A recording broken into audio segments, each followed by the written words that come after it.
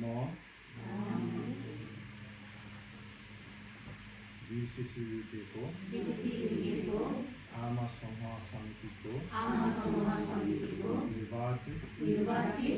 को हैसियतले संस्थाको विधान अनुसार मन वचन र कर्मले सेवा गर्ने प्रण गर्दछु शस्त्रको हित विपरीत कुनै कार्य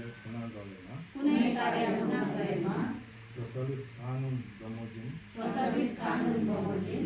सहुला बुझाउला भन्ने प्रतिबद्धता व्यक्त गर्दै आज 1 मार्च 2026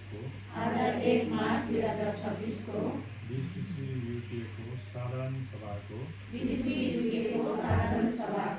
रोहोबरमा निर्वाचन समिति समक्ष